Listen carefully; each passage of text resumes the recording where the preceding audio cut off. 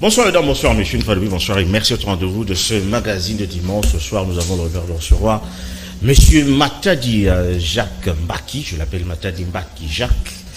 Il est directeur administratif et financier de DAIPEN. On va avec lui parler également d'un dossier qu'on a ouvert depuis un certain temps. Plusieurs interventions, y compris celle de monsieur Matadi Mbaki Jacques. Avec lui, on va parler de détournement de fonds et puis quelques allégations, n'est-ce pas, par rapport à cette entreprise. Alors, nous allons également évoquer l'actualité, comme d'habitude, qui a sévi en République démocratique du Congo.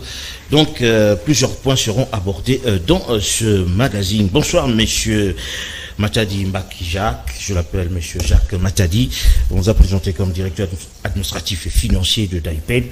Mais la question demeure, est-ce que DAIPEN existe encore? Ça, c'est la première question, puisqu'il y a de ceux-là qui nient l'existence de DAIPEN. Bon, beaucoup de choses ont été dites sur DAIPEN, mais par des personnes qui ne maîtrisent pas ce dossier-là. DAIPEN existe parce que DAIPEN a été créé par ordonnance loi numéro 73 034 de 1973. Et cette ordonnance court toujours. Il y a eu, bon, c'est une confusion dans la tête des gens parce qu'il y a eu 2 tentatives de dissolution. En 1989 et puis en 1997, mais qui n'ont pas abouti. Donc DAIPEN reste sous le régime de l'ordonnance loi de 1973. Très bien. Alors, on va continuer les temps pour nous de produire le tout premier élément. On parle de l'audience à la présidence de la République. Audience accordée au ministre du Congo-Brazzaville de l'Environnement, Madame Arlette Soudan, pour l'inauguration du siège de la commission du bassin du Congo. Je vous l'ai mis dans son reportage.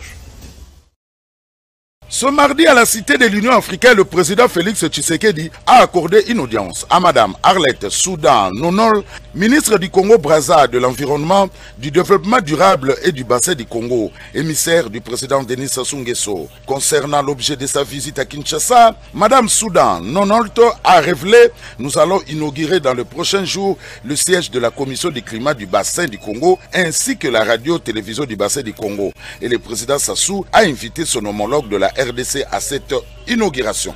Le président de la République souhaitait également une fois de plus inviter son homologue de la RDC à venir le rejoindre pour cette inauguration. Ils ont également en commun un institut sur le climat qui sera implanté ici en République démocratique du Congo. Nous avons également ici, dans le cadre de l'initiative mondiale pour les tourbières, des initiatives d'une université également qui devraient être implantées ici. Et donc je suis venu porter ces différents messages auprès de son homologue et frère, le président Antoine Tshisekedi, de la part du président Denis Sassou Nguesso.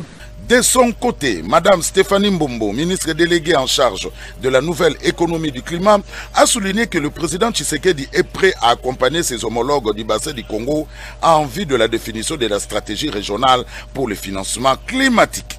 Le commission du bassin du Congo au sein de l'Union africaine est un organe suprême au niveau continental qui s'occupera des questions du climat et des questions liées à l'économie du climat. Ce qui est très important pour nous, étant donné que nous avons plus de 62% de forêts des bassins du Congo.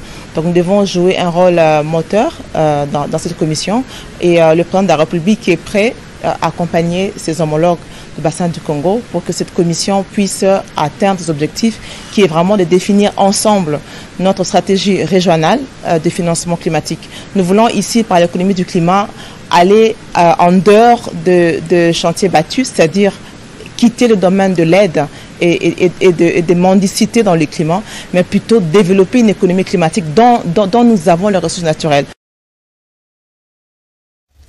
On reste dans le même chapitre pour dire que Madame Arlette Soudan s'est également rendue au ministère de l'Environnement. Il a été accueilli par Madame Eve Bazaïba, ministre de l'Environnement. Image ou commentaire. Madame la ministre d'État, oui, vraiment, c'est tout un honneur de venir ici. Le tambour renouvelé. En séjour à Kinshasa, en République démocratique du Congo, pour participer à la 20e réunion de partie du partenariat pour les forêts du bassin du Congo, la ministre de l'Environnement et du Climat du bassin du Congo a échangé le mardi 4 juin 2024 avec la ministre d'État, ministre de l'Environnement et du Développement durable de la RDC. Les entretiens entre F. Bazaïba Massoudi et Arlette Soudan Nonoult ont tourné autour des enjeux et défis liés à la problématique de l'environnement et du climat. Les deux pays partagent en commun des ressources importantes, notamment les tourbières et les forêts, qui contribuent à travers leurs services écosystémiques à la lutte contre les changements climatiques au monde, a relevé la ministre d'État F. Bazaïba à l'issue de l'entretien. Le monde entier, nous avons adopté les objectifs de développement durable et les 17e objectif parle de partenariat gagnant-gagnant. Les partenaires de leur côté tiennent compte aussi des engagements par rapport à la lutte contre les changements climatiques. Et là, on se base plus sur les questions de la compensation des services rendus par nos forêts et on parle plus de questions de finances climat. Arlette Soudan Nonoult est également porteuse du message officiel du président de la République du Congo, Denis Sassou Nguesso, à son homologue RD congolais, Félix Antoine Tshisekedi. Les deux ministres ont donc eu des discussions techniques en amont avant la rencontre avec le chef de l'État de la République démocratique du Congo. Par ailleurs, F. Bazaïba et Arlette Soudan se sont accordés sur la nécessité de la mise en place des stratégies en synergie pour capitaliser le résultat des assises de la 20e réunion du partenariat pour les forêts du bassin du Congo à Kinshasa. Il s'agit de pousser à l'application des objectifs du développement durable qui passent par des partenariats gagnant-gagnant entre les parties prenantes engagées et la gestion durable des ressources forestières du bassin du Congo. Ce patrimoine qui appartient aux deux Congos a besoin des fonds pour les conserver pour le reste de l'humanité. Bien avant cet entretien, F. Bazaïba a reçu le directeur général de l'International and Rotan Organization, Teshome Toga Shanaka. Le développement de la filière bambou et rotin avec tous ses dérivés en était l'objet des discussions. Voilà, très bien. Donc maintenant, par politique, on parle du dépôt du programme du gouvernement à l'Assemblée nationale pour son investiture. Madame Judith Ntuluka, chez Vital Kamerhe. Nommé sur ordonnance présidentielle le mercredi 29 mai dernier, le nouveau gouvernement de la République démocratique du Congo est sur le point d'être investi par l'Assemblée nationale. Le samedi 8 juin 2024, la première ministre, Madame Judith Suminwa Tuluka, accompagnée de quelques membres du gouvernement, a déposé auprès du bureau de cette chambre basse du Parlement les programmes de son gouvernement en vue de son examen par la plénière. Ce programme, a rassuré la patronne du gouvernement, a été conçu afin de répondre aux 6 piliers du programme du deuxième quinquennat du président de la République, Félix Antoine Tshisekedi Tshilombo, qu'il avait dévoilé lors de son investiture en janvier dernier. Lequel programme est focalisé sur des actions liées à la création de plus d'emplois, à la protection du pouvoir d'achat de ménages en stabilisant les taux d'échange, à la sécurité des populations et de leurs biens, à la poursuite de la diversification de l'économie, à l'accès aux services sociaux de base et enfin au renforcement de l'efficacité des services publics. Déposant le programme du gouvernement sur la base duquel ce gouvernement va être investi. Nous avons travaillé sur base de 6 engagements du chef de l'État, tels qu'il les a libellés au moment de sa campagne électorale et au moment de son investiture. Et donc, dans nos priorités, il y a notamment la nécité de créer plus d'emplois, la nécessité d'améliorer le pouvoir d'achat de la population congolaise, la nécessité sur base en consolidant les acquis de la mandature passée, la nécessité d'avoir plus d'infrastructures en termes de routes terrestres, voies fluviales, voies aériennes, chemins de fer. Après concertation des regroupements politiques membres de l'Union sacrée de la Nation par les bureaux de l'Assemblée nationale, l'heure est maintenant à la concrétisation des engagements pris par ces différents regroupements pour donner le quitus au nouveau gouvernement pour son investiture. La plénière consacrée à l'audition du discours-programme du gouvernement sera convoquée la semaine prochaine. En attendant la convocation de cette plénière, les députés nationaux vont analyser scrupuleusement les objectifs prioritaires du dit programme afin d'apporter leur pierre à l'édifice. Signalons que l'analyse et les débats des élus nationaux seront focalisés sur la représentativité territoriale sur toute l'étendue du pays dans les actions prévues par les programmes du gouvernement souminois. On reste à l'Assemblée nationale pour dire que les caucus des députés de la Tchoapo chez le président Vital Kamerhe parlant de la situation sécuritaire dans cette partie de la République. Image de commentaire. Le caucus des élus de la province de la Tchopo a échangé mardi 4 juin avec le président de l'Assemblée nationale Vital Kamerhe. Ces élus ont sollicité du bureau de la Chambre basse du Parlement une implication active pour obtenir du gouvernement central des mesures urgentes visant à mettre fin au conflit communautaire qui insécurise les Tchopolais depuis plusieurs mois. Il s'agit notamment du conflit meurtrier entre la communauté Mbole et l'Engola qui se disputent les terres de Lubunga sous la rive sud de la ville de Kisangani. Cette situation est à la base des déplacements massifs de la population de Lubunga vers Kisangani. Le conflit prend de l'ampleur et a atteint les territoires d'Ubundu, Opala et Isangi. Nous sommes venus sensibiliser le président sur la gravité de la situation. La commune de Lubunga s'évide de sa population. Il y a également un sérieux problème humanitaire au niveau de la ville de Kisangani. Donc tous ceux qui fuient les affres de ces troubles au niveau de la rive gauche à Lubunga traversent de l'autre côté de la rive. Et il y a plus ou moins 100 000 personnes qui sont dans des conditions très difficiles et inhumaines. Nous avons eu heureusement une oreille attentive et de la part du président qui nous a promis de faire un plaidoyer également auprès du chef de l'État pour qu'on adresse ce problème avant qu'il ne devienne ingérable. Réagissant à ces différentes doléances, le président Vital Kamerhe a pris acte de ces suggestions et a promis d'en faire part au chef de l'État, Félix Antoine Tshisekedi Tshilombo, comme il a fait pour la question du Nord Kivu lors de l'audience qu'il lui a accordée le lundi 3 juin. Il a rappelé que lors de son passage à Kisangani, alors qu'il était en campagne pour la réélection du président Félix Antoine Tshisekedi, il avait suggéré que les communautés locales, la société civile et les autorités politiques locales puissent se mettre ensemble pour rédiger le terme de référence d'un forum sur la paix dans la Tchopo pour permettre au président Félix Tshisekedi et au bureau de l'Assemblée nationale d'avoir un document de base. Vital Kamerhe a par ailleurs annoncé une mission humanitaire de l'Assemblée nationale dans les tout prochains jours pour non seulement assister les victimes mais aussi s'enquérir de la situation sur terrain avant d'en débattre à l'hémicycle. Toujours à l'Assemblée nationale, il faut dire que les députés de l'Ituri chez Vital Kamerhe, l'insécurité dans cette partie de la République était au centre du débat. Image de commentaire.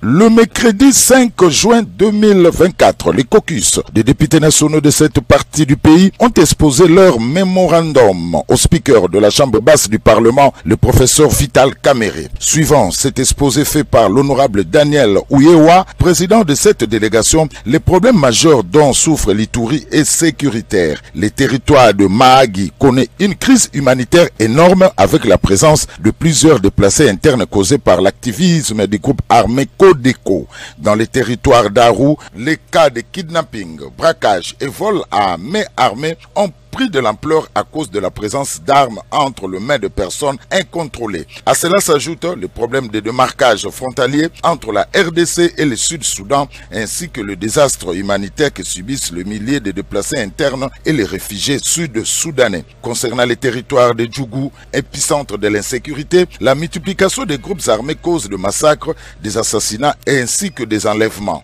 Une situation similaire dans les territoires d'Irumu et de Mambasa où s'affrontent plusieurs groupes groupes armés qui se disputent le contrôle du lieu en causant beaucoup de morts au sein de la population. De ce qui précède, les élus de la province d'Ituri sollicitent un lobbying efficace du bureau de l'Assemblée nationale pour sortir l'Ituri de cette hécatombe sécuritaire qui plonge la population dans un total désarroi. Répondant à leurs sollicitations, le président de l'Assemblée nationale a précisé qu'il adhérait à leur idée sur l'organisation des forums sur la paix et la réconciliation en Ituri afin d'adopter un grand projet sur la pacification de cette province pour permettre de lancer des projets intégrateurs. Il a rassuré que le bureau de la Chambre basse du Parlement va s'impliquer dans la recherche de la paix en Ituri. Le bureau de l'Assemblée nationale se dit satisfait par rapport à l'adhésion des députés à l'appel à l'investiture du gouvernement Judith Toloka. L'image de commentaire. Aujourd'hui, parce que les hommes sont faits pour affronter des défis. Et je suis personnellement fier d'être à la tête du bureau de l'Assemblée nationale, diriger cette Assemblée nationale où mon appel a été entendu. Nous avons commencé en effet avec AAP, de Tony Kankou.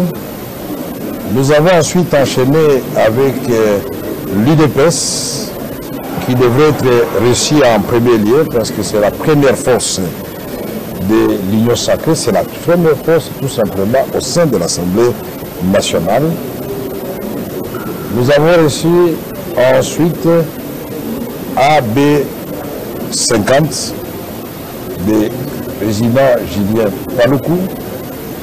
Mais à ce stade-ci, je voudrais vous dire, demander au rapporteur de vous donner les chiffres des députés qui ont déjà signé leur présence et marqué leur accord à l'investiture de Madame la Première ministre.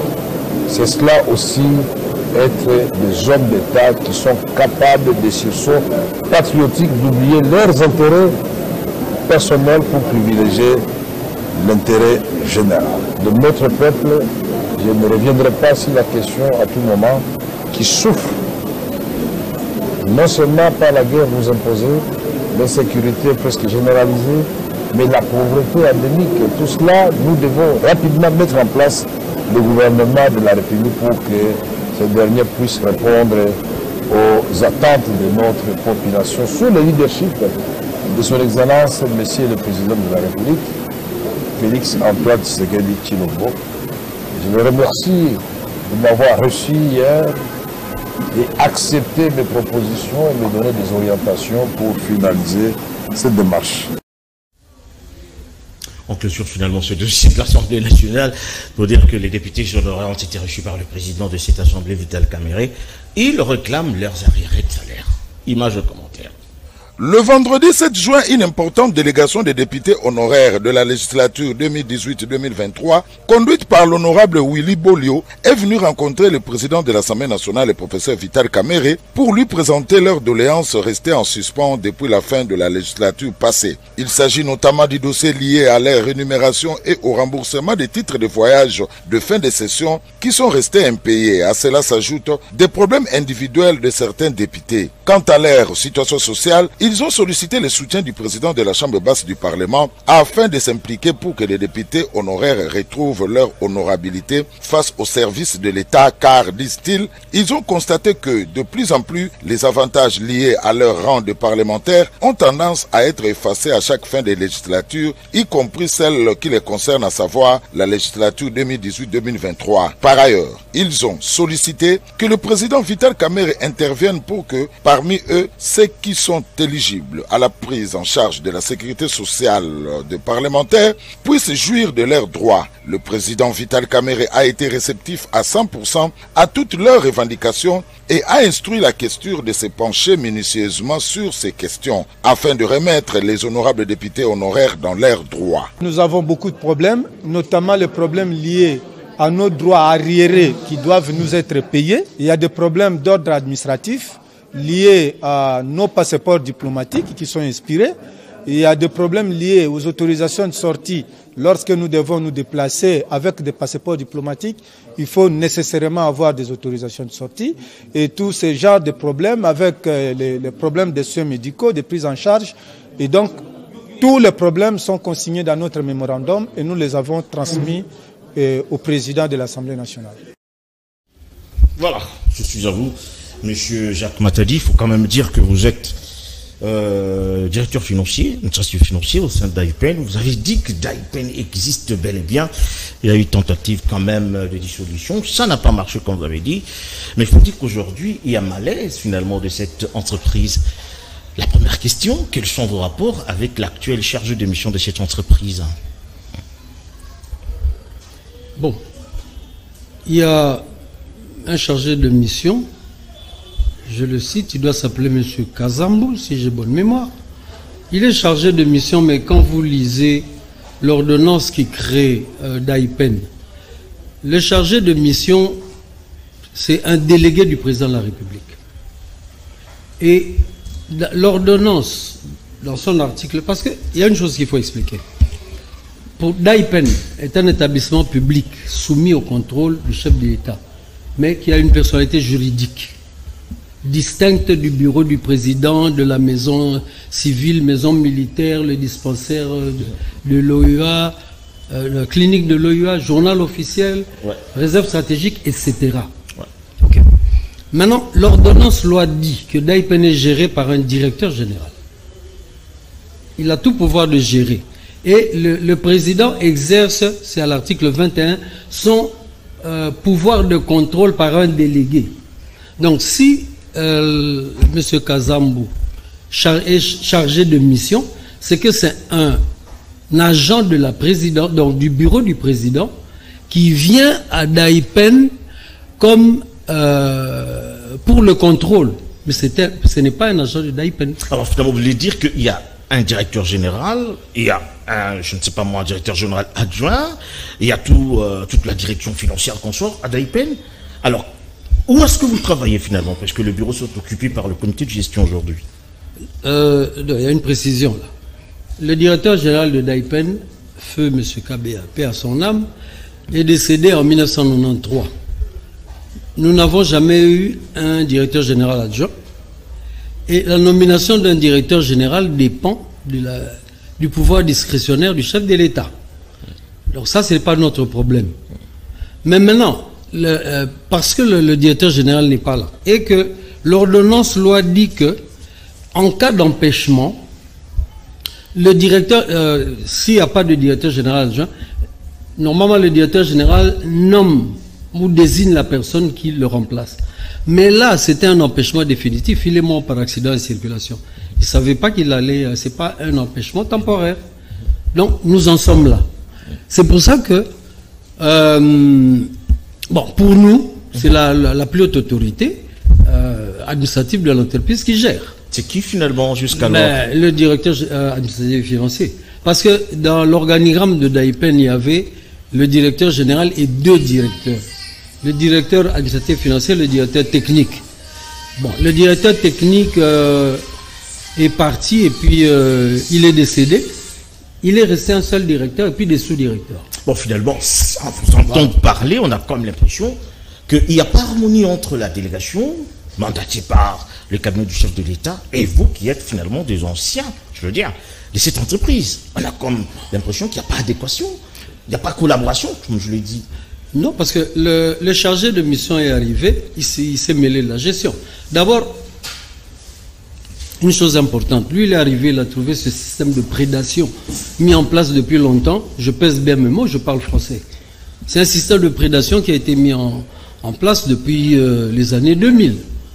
Bon, j'ai un document ici, Présidence de la République, tableau synthèse des grandes masses de rémunération. Avec ce document, vous verrez que à l'article... Au chapitre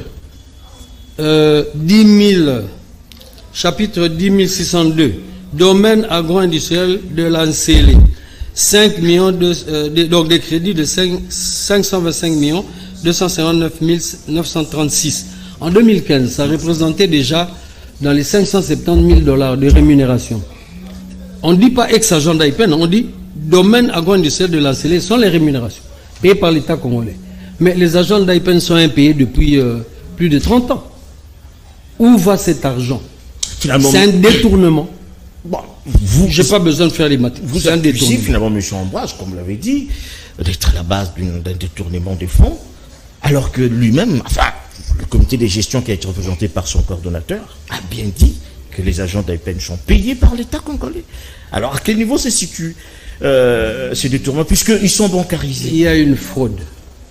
Il y a une fraude. Vous voyez, l'argent sort du budget. C'est voté chaque année au nom de domaine agro-industriel présidentiel de l'Ancélé. Rémunération. Maintenant, quand vous allez à la fonction publique et au budget, le bureau du président, il y a des gens qui ont introduit des listes là-bas de 170 agents.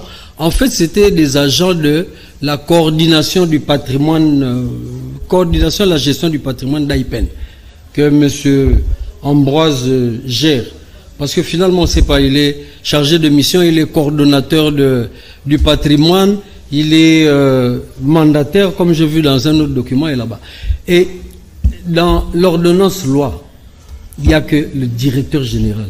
C'est lui qui engage, c'est lui qui détermine le statut financier des agents, c'est lui qui revoque. Donc, en fait, comment ça fonctionne? Vous avez le président de la République qui est le mandant. Donc, disons, c'est lui qui est... C'est les ordonnances, finalement, qui nomment... Oui, par ordonnance loi. Il est le mandant. Lui, il nomme et révoque le directeur général et le directeur général adjoint. Une fois que ces personnes sont mises en place et qu'elles remplissent leur devoir, le président de la République a un rôle de contrôle et il le fait par son délégué. Alors maintenant... En quoi finalement ce contrôle vous gêne? Puisque bon, ils sont mandatés par le cabinet du chef de l'État. À quel niveau ça vous gêne finalement ce contrôle? Non, moi le contrôle ne me gêne pas du tout parce que je suis à l'IGF. Je suis allé à l'IGF pour demander un audit. Non, on veut comprendre parce que vous dites qu'il y a détournement. On peut comprendre facilement qu'il n'y a pas concertation, comme je l'ai dit, il n'y a pas symbiose entre cette délégation finalement et vous qui êtes ancien de d'Aipen. On a comme l'impression que vous n'entendez pas, s'il faut le dire en français plat, vous n'entendez pas, vous ne collaborez pas. Non, on ne collabore pas parce que le chargé de mission outrepasse ses... Alors, qui en est le perdant et qui en est le bénéficiaire dans cette affaire? Le perdant, c'est l'État congolais. Le perdant, c'est l'État congolais. Parlons de vous, parce qu'on sait que d'Aipen ne produit plus. Parlons de vous. Qui est perdant, qui est gagnant dans cette affaire? Est-ce que c'est M. Kazambo et son comité qui bénéficient finalement, ou c'est vous qui êtes ancien, je ne sais pas moi, ou directeur financier d'Aipen, si ça existe encore? Puisqu'on va prendre un élément de M. Robert Itengo. Lui également, il est cité dans une sorte de, bon, entre guillemets, spoliation et consort. On va prendre, d'ailleurs, je profite pour qu'on prenne cet élément, c'est le tout premier élément de M. Robert Itengo. Il est manager IZC Belgium. Il a fait une interview. Et là, c'était un droit de réponse. On prend le tout premier, je crois que Makoso est en harmonie avec nous. On prend la toute première intervention de M. Robert, qui, lui également, est cité dans cette affaire. Alors, il s'est défendu. Ça m'a surpris parce que de le voir comme ça, c'est un responsable qui répète des choses qu'il n'a pas la maîtrise. Dire que nous exploitons illégalement une carrière de sable et que par rapport à ce qu'il a déclaré, qu'ils nous ont foutus dehors, c'est triste de voir un grand responsable comme ça déclarer ce genre de choses. Ils nous ont foutus dehors comment? Seulement porter atteinte à mes droits et libertés, mais ils ont incité le militaire de commettre les actes contraires aux droits et à leurs devoirs. Voyez? Parce que quand ils viennent nuitamment, ils occupent le lieu, ils détruisent tout ce qu'ils ont trouvé au passé. Et ils occupent ma carrière, ils commencent à exploiter. Ils prennent les éléments de FARDC pour les sécuriser. Du 23 décembre jusqu'au 1er janvier, au 1er juin. C'est au 1er juin qu'ils ont, maintenant ils ont l'interdiction, parce que mes collaborateurs m'informent que depuis le 1er juin, ils ont l'interdiction de ne plus mettre leurs pieds là-bas. C'est du 23 décembre jusqu'au 1er juin 2020. C'est-à-dire le 23 décembre 2023 jusqu'au 1er juin 2024 que M. Ambroise exploite ma carrière de sable. Exploité. a exploité ma carrière de sable. Et son coordonnateur a bien reconnu ici que l'argent de ces carrières de sable a bénéficié, a aidé au fonctionnement de ces conglomérats que je refuse de nommer. Je dis bien conglomérats, que je refuse de nommer. C'est avec l'argent de mon investissement, de ma carrière, que le fonctionnement de ce qu'Ambroise a mis en place, que je ne connais pas, parce que le droit il n'a pas de preuve pour dire qu'il y a l'ordonnance pour ex-Daipen ou nouveau Daipen ou Daipen New Model ou quoi.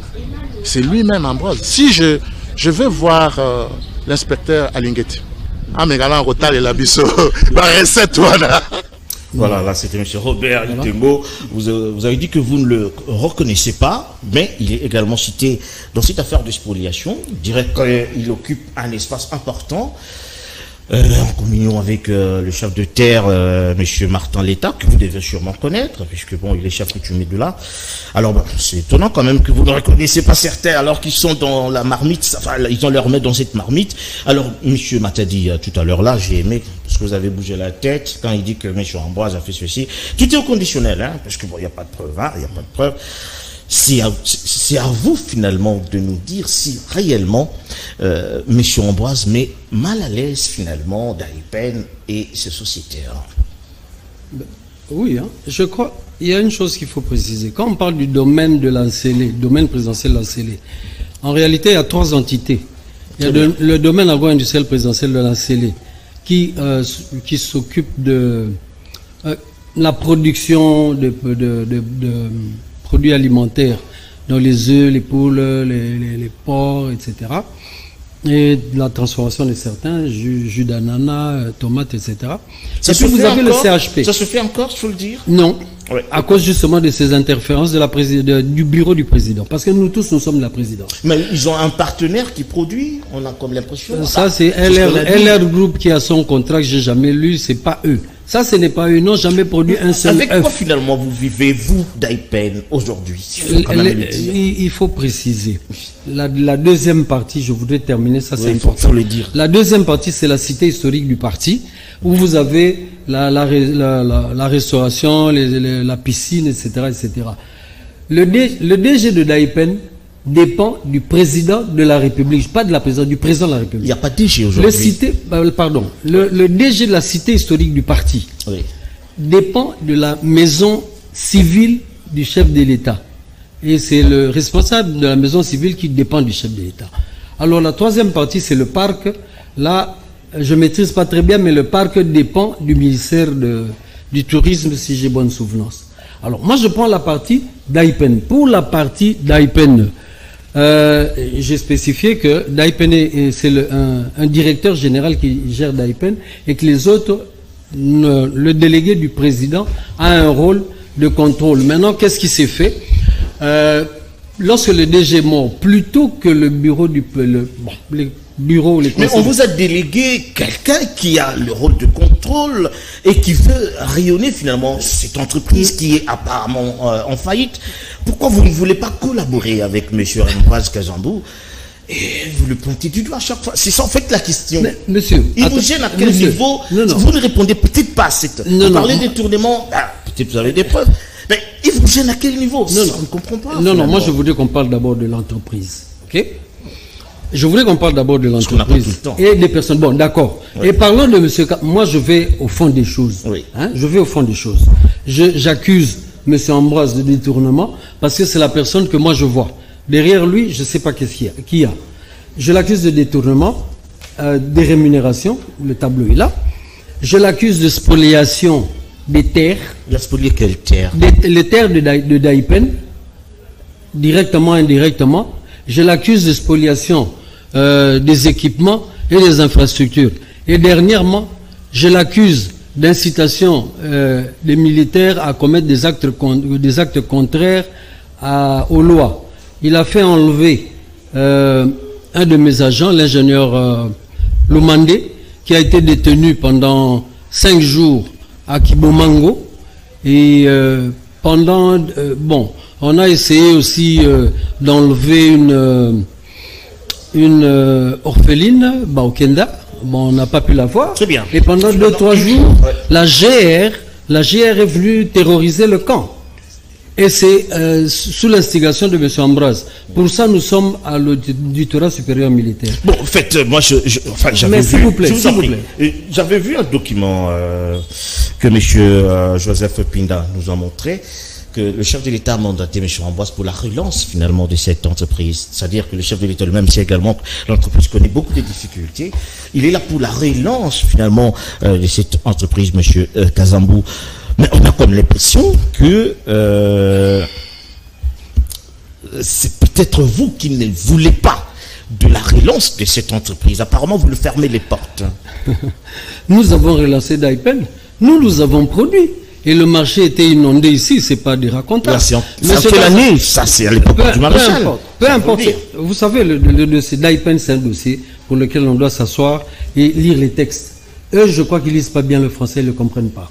Hein? Parce que le texte ici, il est très facile. Monsieur Ambroise a un rôle de contrôle. Et puis, les documents qui se brandissent de loin, là, je l'ai ici. Mais le contrôle doit être fixé. Est-ce que dans ce document, d'abord, il n'est pas signé par le chef de l'État. Moi, je vais vous montrer le document par lequel on engage le DG de Daipen, le DG KBA décédé. Il est signé par le chef de l'État. Ce document est signé par le directeur du bureau. On dit qu'il est chargé de mission à Daipen avec rang de conseiller principal du chef de l'État. Nulle part je vois ici dans ce document qu'il doit venir gérer Daipen. Nulle part encore je vois qu'il doit détourner tous les flux financiers de Daipen, spolier les terres. Parce qu'il y a une chose, en matière de spoliation des terres, il y a eu des enquêtes, il y a l'église kimbanguiste et je crois une autre église, j'ai oublié le nom, qui se sont battus dernièrement là-bas. Parce que M. Ambroise leur a cédé des terres de Daipen. Ces gens sont là. Alors, moi, je suis chez le procureur. Ouais. Moi, j'ai été chez le procureur de la République parce que ce sont des faits infractionnels. Et depuis qu'on est là, M. Ambroise se défile, il ne vient pas.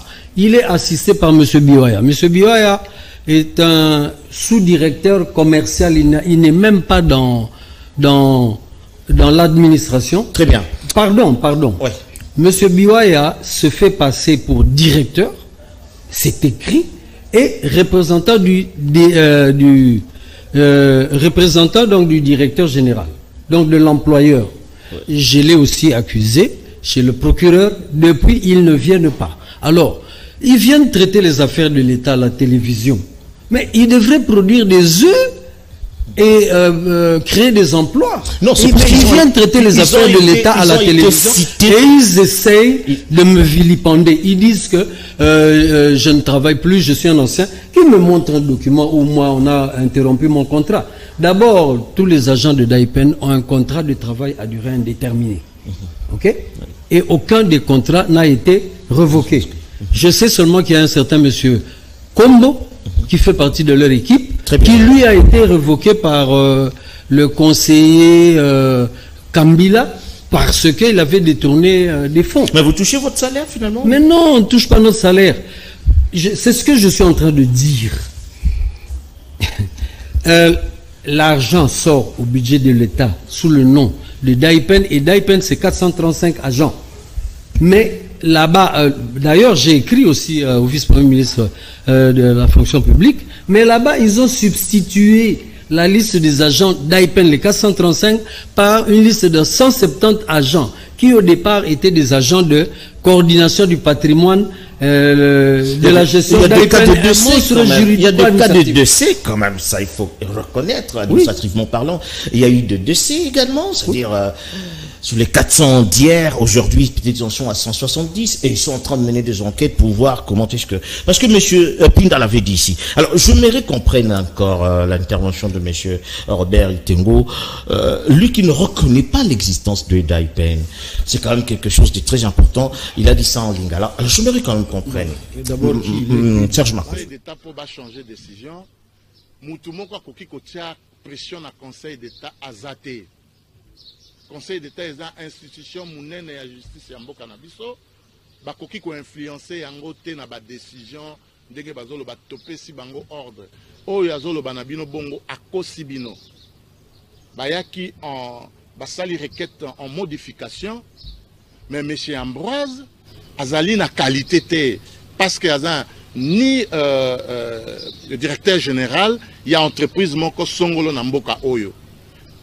Titre nae a chargé de mission, ezali décision lettre oyo et puis si titre wana ezali lettre outil na cabinet, ezali décision interne à cabinet. Ils ont payé pouvoir te acquester en justice au nom d'un établissement public. Parce qu'il n'y a ni membre du conseil d'administration, ni directeur général ou directeur général adjoint. Vous continuez à couper ça. Président de la République, confiance au place qui panae, surtout mingi mingi na bande quoi diaspora. Message oyo ezo kende na sens que ba spolier bande quoi diaspora ba botoli bango ba projet na bango ba mapangu na bango mbongo oya pasi to mona kana poto pona ko luka ko ya ko somba mwa mabele pona ko préparer vieillesse na biso en Afrique ba botola yango na monsieur Ambroise Kazambu soi-disant conseiller principal et chef de l'État DG ou chargé de mission à Daipen ezalaka lisusu te azap. Carrière à Sable. Voilà, très bien. Donc, c'est important quand même d'avoir un son de cloche également de l'autre côté, parce que bon, j'ai signalé également qu'il y a M. Benjamin Nyakalala qui va également intervenir, parce que c'est lui qui avait enclenché ces hostilités, je l'appelle comme ça. Donc, il va également intervenir à la fin de ce magazine. Nous sommes pratiquement en train de chuter. Alors, j'aimerais que vous puissiez prendre la parole pendant 30 secondes pour que vous puissiez nous dire réellement votre souci par rapport à ce dossier.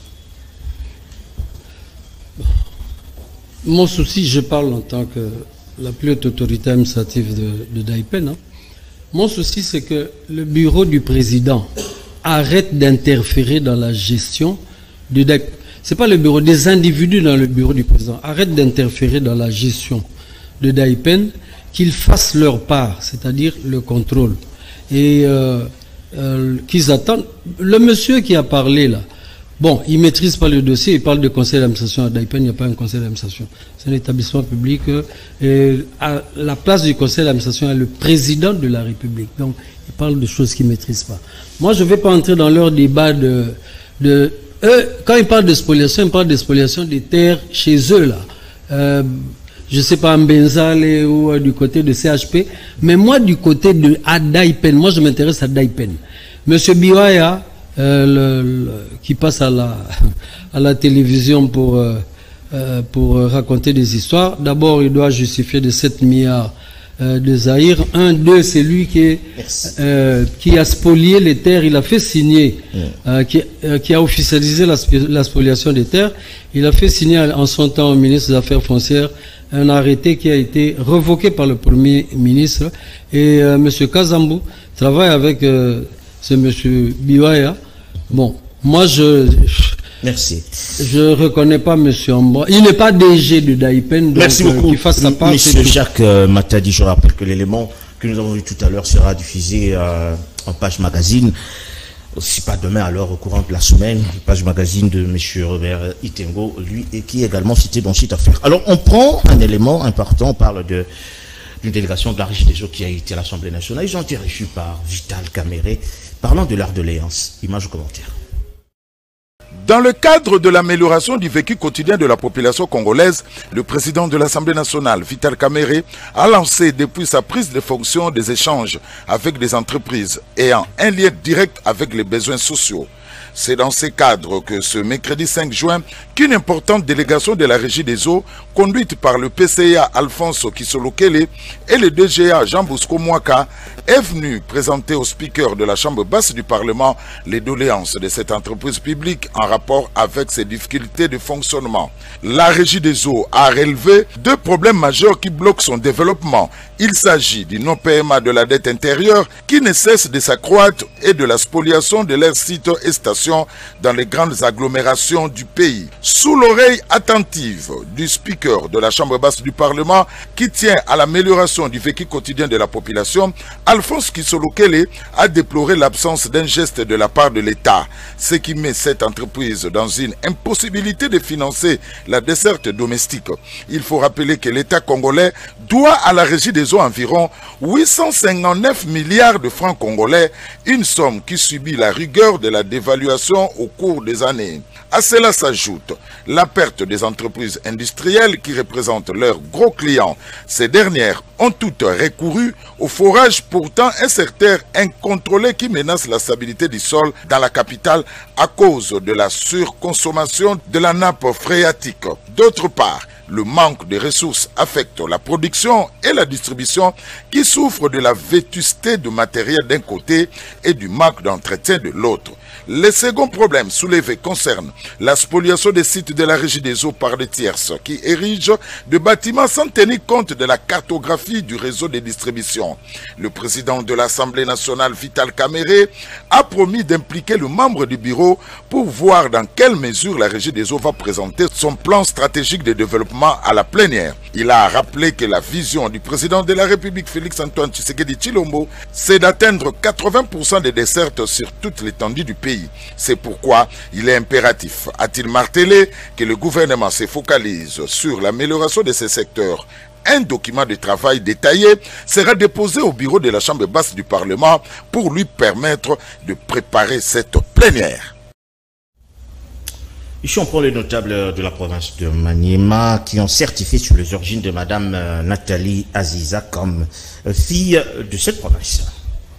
Depuis la sortie du gouvernement Souminoua le 29 mai dernier, les voix s'élèvent sur la non-représentativité de la province du Maniema, tout en remettant en cause l'identité de la nommée ministre des Affaires sociales Nathalie Aziza Mounana, qui, selon certains, est du Haut-Katanga. Pour couper court au langage des aveugles, les notables du Maniema se sont réunis ce mercredi 5 juin 2024 autour d'une table dans la salle Zamani, dans la commune de la Gombe à Kinshasa, afin de confirmer l'appartenance à l'origine Maniema de la ministre incriminée. Au sortir de cette rencontre, le professeur Moulumba, ancien ministre de l'énergie et député national honoraire, a mis les points sur les i. Nous disons haut et fort, et au chef de l'État, au Premier ministre, au coordonnateur qui est l'honorable Kabouya, qu'il faut arrêter d'écouter ces bruits des oiseaux injustifiés. Je voudrais tout simplement confirmer que Son Excellence Madame Aziza Mounana est la fille de Papa Kalix, Amissi Mounana, du territoire de Kabamba. Bon, voilà, nous avons dans ce studio M. Benjamin Yakalala, nous sommes pratiquement en train de chuter. Nous avons reçu M. Jacques Matadi, il est, j'ai déclaré être directeur administratif et financier de DAIPEN, alors que vous êtes agent dans cette entreprise. Certes, vous ne connaissez peut-être pas, mais il vous est reproché beaucoup de choses, vous particulièrement, parce qu'on vous a cité nommément par monsieur le coordonnateur Joseph Mpinda comme étant déserteur, et vous ne faites plus partie de l'entreprise, donc vous n'avez pas l'autorisation de parler au nom de DAIPEN. Alors, vous voulez un droit de réponse par rapport à cela? Merci beaucoup, monsieur le journaliste. Moi, je suis cadre à DAIPEN. Je pense que je vous ai montré la notification du chef Ambroise. On n'a jamais refusé ou bien changé. Non, moi je suis cadre à DAIPEN. Oh, messieurs les coordonnateurs, je tiens à le saluer. Et je vous ai dit l'autre mois qu'on a des intellectuels à DAIPEN. Vraiment, je tiens à lui féliciter. Oh, mais ces gens-là doivent travailler. Ils ont été écartés par Ambroise, ça fait longtemps. Ils ont au moins 1 année et demie à DAIPEN. Mais ces gens-là ne travaillent pas au moment où ils ont des atouts nécessaires. Moi, je suis cadre. J'ai déjà participé à plusieurs réunions avec les coordonnateurs. Il a dit que, je ne sais pas même s'il y a un règlement intérieur à DAIPEN. Moi, je crois qu'il se trompe parce que ce règlement intérieur a été rédigé par Olivier, CD Olivier. chef de service Lunganga, Junior, et qui encore... il y a un juriste que j'oublie. Ouais. Après avoir rédigé ce règlement intérieur, on a passé à expliquer les agents et cadres les bien fondés de ces règlements intérieurs. Et j'étais dans la salle. Après explication, article par article, on a passé par sensibilisation du règlement intérieur. Et j'étais à Daipen. Moi, je ne sais pas comment... Ils ont dit que ça doit faire pratiquement 6 mois que vous ne venez plus, donc vous êtes auto-exclu, donc vous n'avez pas le droit de parler d'Aipen. Bref, c'est un dossier, une enquête que nous avons menée pendant... Non, est-ce que ce règlement intérieur a 6 mois? Non. Je pense que l'applicabilité de ces règlements intérieurs a pratiquement au moins 2 mois. Au moins 2 mois. Mais vous ne vous rendez plus quand même au lieu du service, selon leur déclaration quand même. Parce qu'ils disent que c'est vous qui êtes finalement en train de déranger le comité de gestion et vous incitez les autres également à le faire. Non, ça c'est frère Chifo. Après avoir constaté la dégradation des bâtiments administratifs, même des toilettes pourries, c'est là où j'ai dit à mes amis que ici, ce n'est plus vivable. Chaque année, ces bâtiments étaient budgétisés. Et les toilettes étaient équipées avec des détergents. Qu'est-ce qui se passe ici?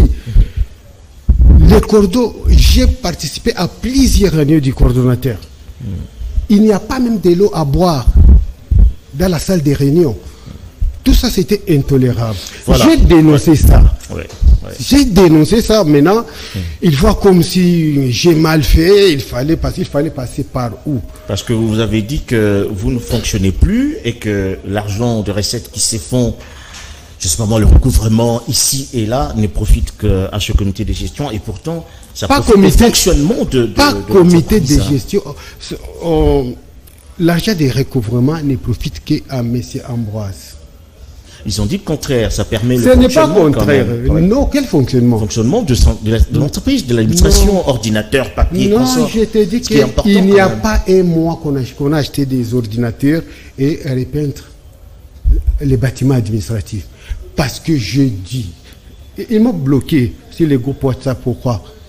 Parce que j'ai filmé même les bennes qui achètent des sables.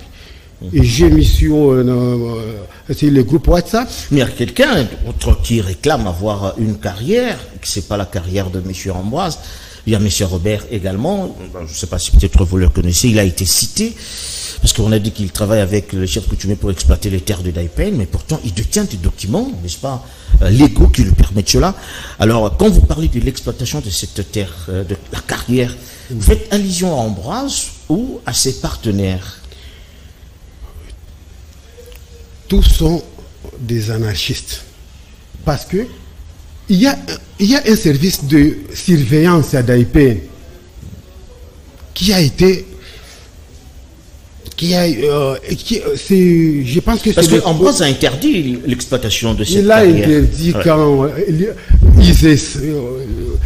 ISSM a aussi écrit que ça va créer des érosions. Comme j'ai décrié toujours. C'est là où il a vu qu'il faut qu'il arrête. Parce qu'il y a déjà des lettres. Déjà que on ne peut pas commencer à écrire. ISSN, c'est quoi? ISSN. Oui. C'est une entreprise partenaire. C'est-à-dire ISSN, oui. Parce qu'il y a. Par rapport à la conservation de la nature. De la nature. Très bien. C'est elle qui a écrit aussi. Ok. C'est pourquoi M. Ambroise a stoppé. Ah, très bien. Alors. Oui. Vous voulez encore dire quelque chose? Non, oui, je tiens à remercier le cordon. Oui. Il a dit que j'ai dit que M. Ambroise a détourné, je ne sais pas, les salaires. Non, j'ai dit ceci. L'argent des ex-Daipen, il y a de mobilisation, de recouvrement qu'on payait à chaque agent de Daipen au moins 200 000 pour les servir. Je pense que le Cordo lui-même, il a dit que ces gens-là, mais chaque fois, tu vois qu'il y a un problème déjà. Ils étaient au nombre de 450, il a déjà recensé 160, et les autres... il y a eu des cas de décès. C'est-à-dire il y a un problème à Daipen. Oui. Okay? On va chuter par là. Ces gens-là avaient leur bureau. Derrière les bureaux des coordonnateurs. Ils ont chassé ces gens-là dans leur bureau.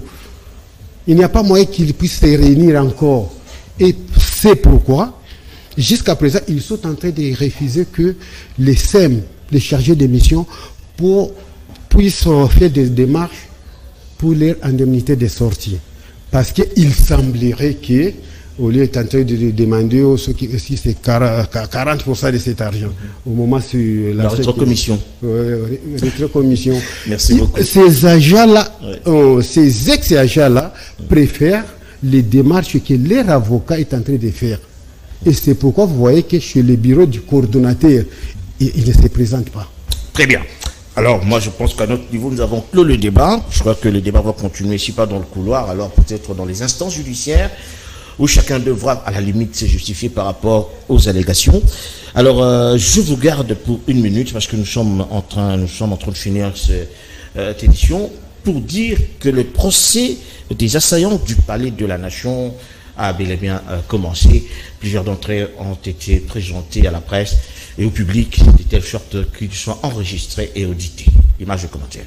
Arrêté dans la nuit du 19 mai dernier, le groupe des assaillants du président de l'Assemblée nationale, M. Vital Kamerhe, se sont présentés et ont été identifiés devant le tribunal militaire de Ndolo, d'où le début des audiences. Le tribunal, le maître de séance, a constaté l'absence de deux suspects, Christian Malanga et Aboubakar. Le ministère public a présenté des certificats de décès attestant leur mort. Le tribunal a ensuite prononcé l'extinction de l'action publique à leur rencontre. Les nombres de suspects au nombre initial de 53 se sont donc retrouvés à 51 dans le box des accusés. Qu'avec l'assistance des avocats, il y a le respect de l'état de droit tel que prôné par les textes. Et je suis là avec d'autres confrères pour assister les prévenus, et il y va de l'intérêt de l'état de droit que tout prévenu soit assisté de conseil de son choix. Maintenant, c'est un peu précoce que je vous dise, voilà, comme ils sont poursuivis de ceci, l'évolution de l'instruction, et c'est là parce qu'on ne l'a même pas encore entamé. Prenez, comme le président Mitterrand disait, donnons le temps au temps. C'est pour cela que nous demanderons qu'on nous donne le temps d'accéder au dossier pour lire les différentes déclarations de nos clients avant la saisine du tribunal militaire. Il faut noter que la reprise de ce procès sera le vendredi prochain au même lieu, donc à la prison de Ndolo. Voilà, Benjamin Yakalala, vous êtes également coordonnateur des anciens Kadogo, vous êtes intervenu lorsqu'on a vécu ce scénario du Palais de la Nation. Vous avez loué les efforts des FARDC. Et voilà, aujourd'hui, ces assaillants sont présentés au public. Quels sont vos sentiments, finalement? Oui, sentiment de satisfaction. Je pense que les procès soient équitables et sincères. Ouais. Oui, c'est ça. Voilà. Je continue avec encore le mot de clôture pour Daipen. Ouais. Je vous ai toujours dit que notre chef a une mauvaise foi. Je l'ai dit. Si vous regardez même les agents et cadres de Daipen, ils souffrent, et je l'ai dit encore qu'ils souffrent. Pourquoi? Comment on peut nommer quelqu'un chef de division, mais dans les barèmes salariales, il n'a pas l'argent de chef de division? J'ai mis à couper. Un chef de division à la République démocratique du Congo, il a 3 600 000. Je ne sais pas s'il y a un chef de division chez nous qui a au moins 2 millions. Ça, je l'ai dit. Ok, c'est-à-dire, chaque mois, un chef de division chez nous à Daipen perd 2 millions. Si vous totalisez ça, par an, 24 millions. Où part cet argent finalement? Cet argent, on n'a jamais, M. Ambroise n'a jamais mené des démarches nécessaires pour que les agents et cadres de DAIPN soient vraiment à la hauteur. C'est ça, c'est que moi j'ai cru qu'il souffre. Okay. Lui, il a fait les démarches juste pour lui-même. Lui, il a été réhabilité dans les fonctions qu'il occupe à DAIPN. Mais il a laissé tomber les démarches pour les agents et cadres. Okay. Merci beaucoup, monsieur Benjamin Nyakalala, d'être venu. Très fier de vous avoir une fois de plus. Ce dossier pourra continuer, comme on l'a dit, dans le couloir ou dans les instances judiciaires, quand nous avons mené une enquête qui aboutit à certaines interventions. Merci à tous ceux-là qui sont intervenus pour éclairer la lanterne de la population, mais également merci à Canal Kin qui a soutenu toutes ces démarches. Merci à Benjamin Nyakalala qui a dénoncé. Merci également à Jacques Matadi et à Robert Itengo qui sont intervenus. On espère bien que cette lumière a aidé tout le monde à comprendre ce qui se passe au DAIPN. Merci à Serge Makoso qui a réalisé cette édition, à Rodi Louadjou également qui était à la prise de vue, ainsi qu'à Choulé Mboyo pour la diffusion. Quant à moi, je vous retrouve donc le dimanche prochain à la même heure. D'ici là, portez-vous bien. Bonne suite des programmes sur Canal Kin Télévision.